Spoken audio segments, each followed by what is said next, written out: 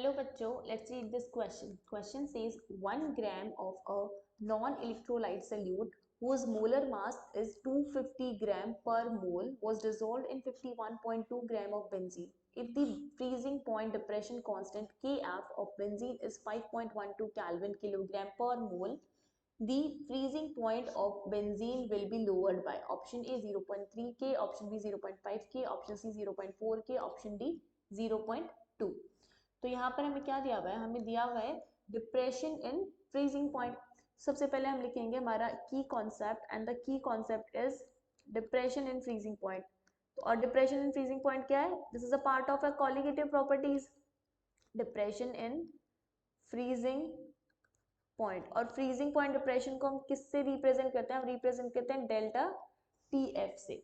So here we can write del T F is equals to, ये होता है हमारे equals to iota, that is van't Hoff factor multiply by molality multiply by K F.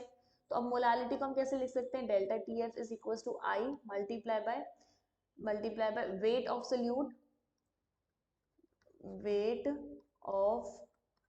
Solute upon molar mass of solute upon molar mass of solute multiply by your weight of solvent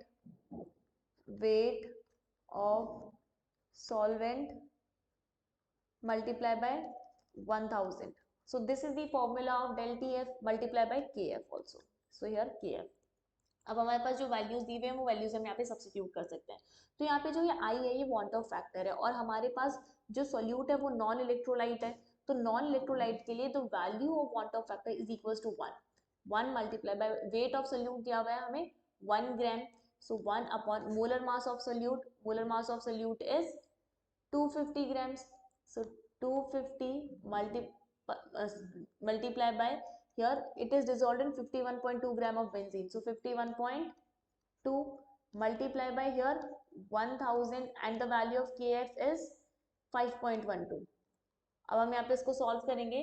तो upon solving the value of del T F, here the value of del TF, this comes out to be equals to 0.4 Kelvin, and 0.4 Kelvin is given in option C. Hence option C is the answer for this question. Hope you understood it well. Best of luck and thank you.